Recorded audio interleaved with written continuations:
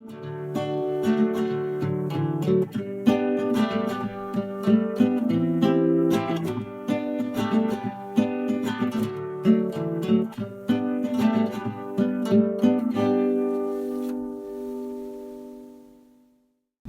teachers try to love all our students all the same. I found that to be frankly impossible. I definitely like some students better than others.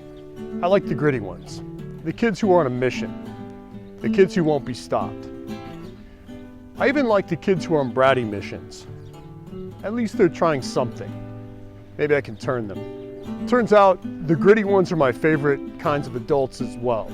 I know I'm not alone. That's why we like Rocky films and all the other films that have been popular since the 1980s. But what happens when you combine a can-do attitude with grit? What happens when you're gritty and good? Today we're going to find out. First off, congratulations to a very gritty senior at Paso Robles High School, Miss Phoebe Courgeot. Phoebe just placed first in the oratorical contest for the Optimists. Regional, that's San Luis Obispo County, that's Santa Barbara, Ventura, and Los Angeles. Way to go, Phoebe. Hi, my name is Phoebe Courgeot, and I am currently a senior at Paso Robles High School. Throughout my high school career, I have been involved in Crimson News Magazine, where I am the sports editor and used to be the environmental editor.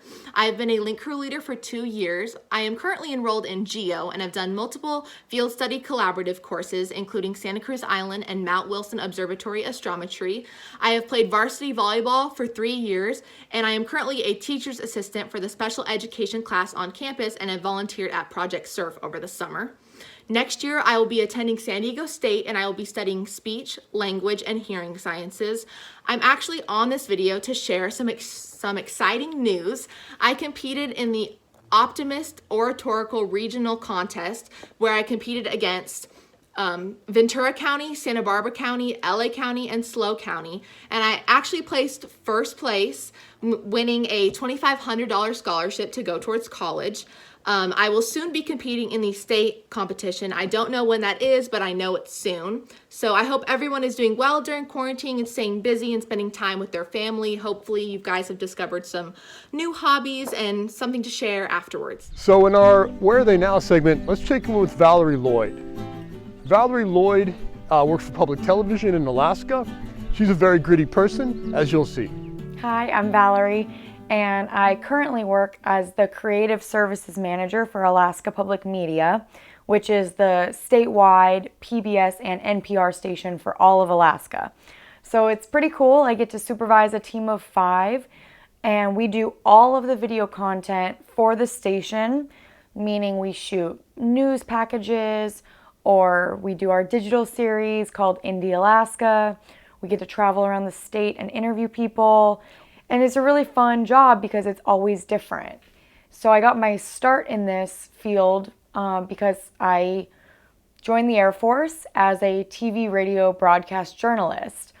When I first got out of high school, I didn't know I was going to join the Air Force. My dad had always talked to me about how if you join the military, they'll pay for your college, but I never even considered it.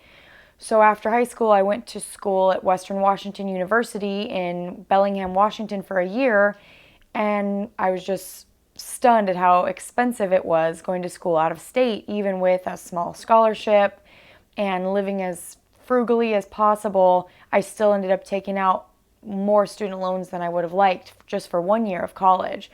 So I finally took my dad's advice and went and talked to an Air Force recruiter, and he was listing all the different jobs. I didn't really know anything about the military or the different jobs that are in the military, and he mentioned this job as a TV radio broadcaster, and I didn't know anything about what that meant. I thought maybe I would be like coiling cables for a sound guy or something. So I joined the military for 4 years and had a really incredible experience. They completely trained me in how to be a broadcaster, how to shoot video, edit video, be a radio DJ, write AP-style scripts, practice journalism ethics, and all of that stuff. They train you in that. And my first studio station was in Germany. Hello, I'm Airman Valerie Lloyd, coming to you from the Marshall Center in Garmisch, Germany. Traveling all around Europe and Africa and the Baltics, covering military exercises which was just unbelievable. Never would have thought I was going to do that. And then I got stationed at Combat Camera in Charleston, South Carolina, where I was trained in becoming a flyer, meaning I got to fly on the Air Force planes and shoot video from the aircraft, which was also a super incredible, awesome experience. So I finished my bachelor's degree in the Air Force while I was on active duty, and I got my degree in communications. So I got out of the Air Force in 2015 and pretty easily transitioned into civilian news, where I got a job at WRAL News in Raleigh, North Carolina. And it was just a really cool learning opportunity. And then I moved up here to Anchorage, Alaska, where I got this job at the PBS station, so public broadcasting now. So we're funded by public donations, which means our work is a lot different in that way because we're more supporting what the public wants, what kind of content the public is looking for, and it also gives us a little bit more freedom in the types of coverage we can do and the types of stories we can cover. So now that I've been up here in Alaska, I finally started using my GI Bill from the military, which pays for you to go to school in a degree of your choice. And I just recently completed my MBA in marketing through Washington State University. They have an amazing online program for their MBAs.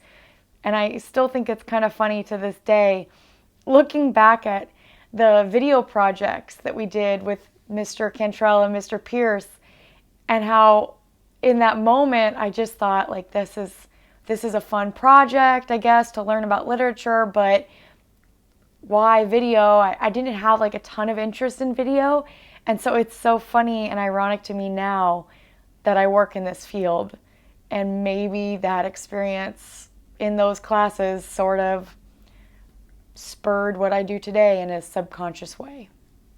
Hello, Paso Robles. Dave Boycourt here. First of all, I want to thank Mr. Cantrell for putting together this great little show. And I have a contribution to make, a song of hope. And I know many of you who are far better musicians than I am probably also have a song of hope. So I'll go first, but I hope that there are others out there who wish to contribute a song of hope. So here it goes.